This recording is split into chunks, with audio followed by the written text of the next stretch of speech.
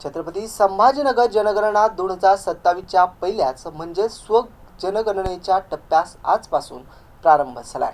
1 ते 15 मे पर्यंत ही स्वगणना होणार आहे। त्यानंतर प्रगणक घरोघरी जाऊन माहिती नोंदवतील। प्रत्येक नागरिकाने आपल्या घरी येणाऱ्या प्रगणकांना योग्य अचूक माहिती द्यावी।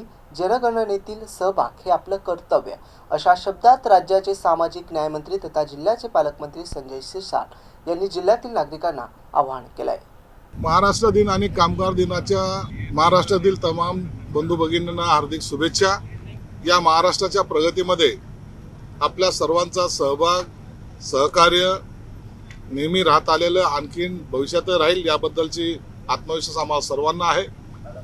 आणि त्याच माध्यमातून आता 1 मे पासून स्वजनगणना हा एक प्रोग्राम महाराष्ट्र शासनाचा नाही तर केंद्रापासून हा सुरू झालेला प्रोग्राम आपण सुरू करत आहोत। या स्वगणनामध्ये जे कुटुंब आहे त्याने स्वतःचं माहिती स्वतः अपलोड करायचं आहे। त्यासाठी जी साईट दिलेली शासनाची, त्या साईटवर त्याने ते अपलोड करायचे आहेत।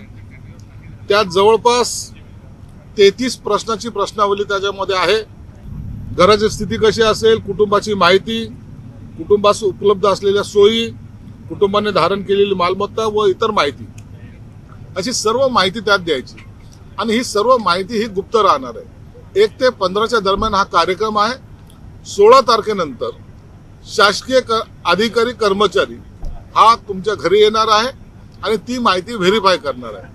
आणि ती माहिती व्हेरीफाय झाल्यानंतर तो तुमची माहिती ही शासनाकडे गुप्त पद्धतीने राहणार आहे। या माहितीचा कुणालाही देता येणार नाही। कोणत्याही नियमानुसार जरी त्यांनी मागणी केली तरी ती माहिती ही गुप्तच राहणार आहे। कुणाला ही माहितीचा सोर्स कुठूनही उपलब्ध सुद्धा होणार नाही। म्हणून आपल्या सर्वांना विनंती आहे की 1 तारीख ते 15 तारखेपर्यंत आपण आपली स्वगणना तातडीने करून घ्यावी, जेणेकरून भविष्यामध्ये आपल्याला हे उपयोगाचं ठरेल।